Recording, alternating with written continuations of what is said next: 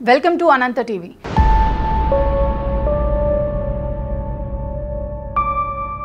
విగ్రహాల లొల్లితో ప్రజలకు ఒరిగేది ఉంది అంటూ కరీంనగర్లో కేంద్ర హోంశాఖ సహాయ మంత్రి బండి సంజయ్ కుమార్ కీలక వ్యాఖ్యలు చేశారు. 6 గ్యారెంటీలు రుణమాఫీపై చర్చను దారి మళ్లించేందుకు కాంగ్రెస్ బీఆర్ఎస్ కలిసి ఆడుతున్న డ్రామా ఇది.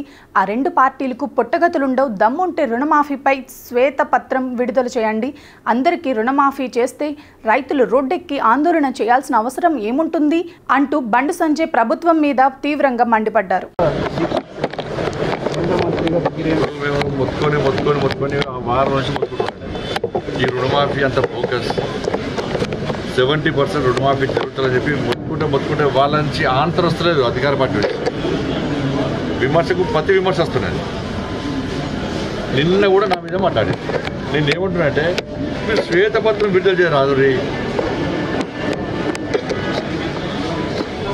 ఎన్ని అకౌంట్లు ఉన్నాయి, ఎంతమంది రైతులు రుణాలు తీసుకున్నారు, ఎంత బకాయిలు ఉన్నారు, మీరు చూడండి బడ్జెట్లో ఎంత కేటాయించారు.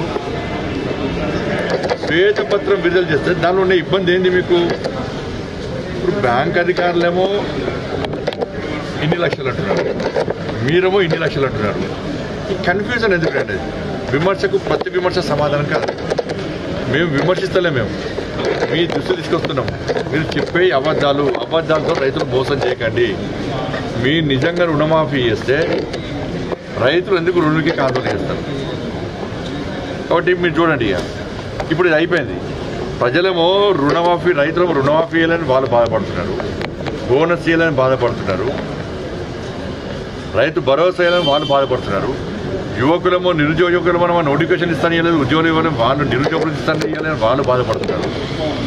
మహిళలేమో మాకు ఇస్తానటువంటి హామీలు ఇవ్వాలని వాళ్ళు బాధపడుతున్నారు, ఉద్యోగస్తులు బాధపడుతున్నారు.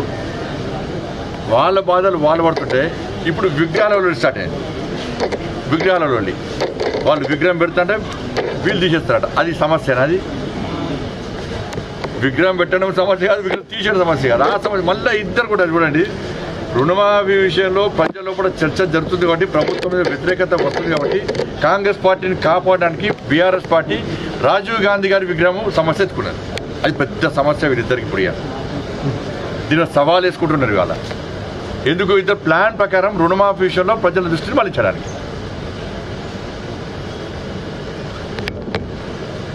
విగ్రహాల సమస్య కాదు ఇప్పుడు చర్చ జరగాల్సింది. వాళ్ళు పెడతారా తీసేస్తారా అది వేరే విషయం. ఇవాళ రుణమాఫీ విషయంలో 6 గ్యారెంటీల విషయంలో మాత్రమే తెలంగాణ రాష్ట్రంలో చర్చ జరగాలి. దాని మీద చర్చ జరగాలి. దీని మీద ఇష్యూ డైవర్ట్ చేసే ప్రయత్నిస్తే కాంగ్రెస్ పార్టీకి బీఆర్ఎస్ పార్టీకి పుట్టగతులు రాసిపెట్టుకోండి.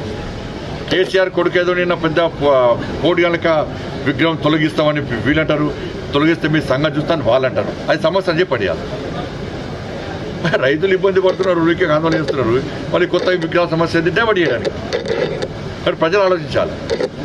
6 గ్యారెంటీల విషయంలో రుణమాఫీతో పాటు 6 గ్యారెంటీల విషయంలో కాంగ్రెస్ పార్టీ ప్రజలకు క్లారిటీ ఇవ్వాలి.